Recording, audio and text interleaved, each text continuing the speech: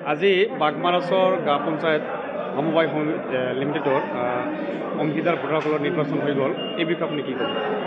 নিৰ্বাচনটো আজি ৰাতিপুৱা 9 বজাৰ পৰা আৰম্ভ হৈছিল আৰু আমাৰ নিৰ্দিষ্ট সময়ত 5টা বজাত আছিল। 5টা বজাৰ পিছত আমি কুপন ইছ্যু কৰিছিলোঁ। কুপন ইছ্যু কৰাৰ পিছত আমাৰ ভোটগ্ৰহণ শান্তিপূৰ্ণভাৱে অনুষ্ঠিত হৈ গৈছে।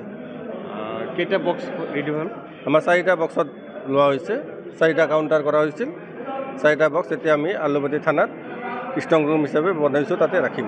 কিমান তাৰিখে ভোট গণনা কৰা হ'ব? 31 তাৰিখে আমাৰ ভোট গণনা কৰা হ'ব ৰাতিপুৱা 8 বজাৰ পৰা। কিমানটা ভোট পুলিং হৈছে? 3439টা ভোট পুলিং হৈছে। 39টা। আজি 29 ডিচেম্বৰ 2024 তাৰিখত ৰাতিপুৱা 9 বজাত বাগমাৰাছৰ গাঁও পঞ্চায়ত সমবায় সমিতি লিমিটেডৰ সাধাৰণ নিৰ্বাচনটো অনুষ্ঠিত হয়।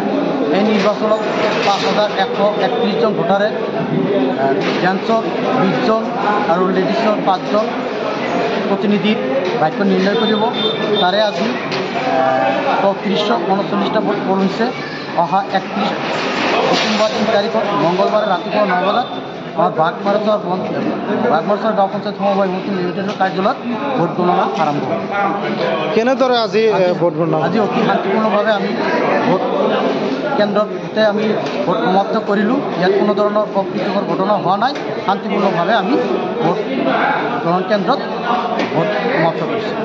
আমি অহা 31 ডিচেম্বৰ তাৰিখত ভোট গণনাটো আমি সম্পূৰ্ণভাৱে শান্তিপূৰ্ণভাৱে কৰিব পাৰিম বুলি আমি আশাবাদী।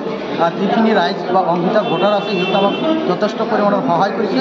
অহা 31 ডিচেম্বৰ তাৰিখতো আমাক সহায় কৰিব বুলি আমি আশাবাদী। অসমৰ সংবাদ জগতখনৰ বাবে এক সুখবৰ। নৰূপ নসাজেৰে প্ৰায় 30 বছৰীয়া অভিজ্ঞতাপুষ্ট সাপ্তাহিক কবচ পুনৰ এবাৰ ৰাজ্যৰ মাজলৈ। স্বত্বাধিকাৰী প্ৰণীতা কলিতাৰ দ্বাৰা প্ৰকাশিত আৰু অমৰজ্যোতি প্ৰিণ্টাৰ্ছ, গুৱাহাটী কমাৰ্চ কলেজৰ বিপৰীত ফালে মুদ্ৰিত। আমাৰ ঠিকনা মুখ্য কাৰ্যালয় অসম ফৰেষ্ট স্কুল, হৰি মন্দিৰ পথ, গুৱাহাটী আৰু অস্থায়ী কাৰ্যালয় কলিতা মাৰ্কেট, বিজয়নগৰ, কামৰূপ, অসম।